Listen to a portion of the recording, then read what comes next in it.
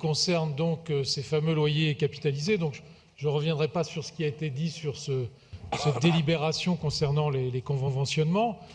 Moi, je me demande si finalement vous ne conventionnez pas uniquement pour toucher vos loyers capitalisés.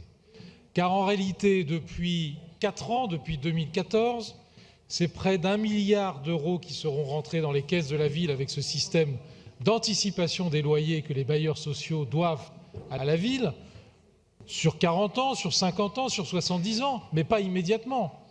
Alors on vous a autorisé, les gouvernements successifs, dans leur grande bonté, vous ont autorisé à faire en sorte que, effectivement, vous dérogiez à cette règle des 70 ans. C'est un pur scandale. Quel que soit le gouvernement, c'est un pur scandale. Et moi, je vous le dis, s'il y a un changement de majorité en 2020, jamais nous ne reconsidérerons et jamais nous continuerons cette affaire de loyer capitalisé prélevé sur les bailleurs sociaux à l'avance, alors que le contrat prévoit un loyer annuel. C'est absolument inadmissible. Alors évidemment, les bailleurs sociaux, ils ne disent rien, puisque les présidents sont des élus de la majorité, les directeurs sont nommés ici par les présidents, et donc ils n'ont strictement rien à dire.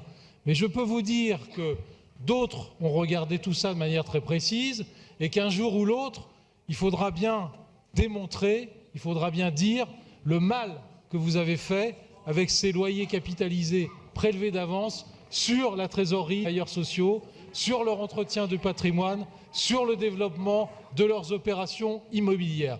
Et donc, je vous demande une dernière fois de bien vouloir reconsidérer votre politique vis-à-vis des bailleurs sociaux et de faire en sorte que ces loyers capitalisés, une bonne fois pour toutes, ne soient plus prélevés, loyers capitalisés, une bonne fois pour toutes, ne soient plus prélevés annuellement. Merci beaucoup, monsieur.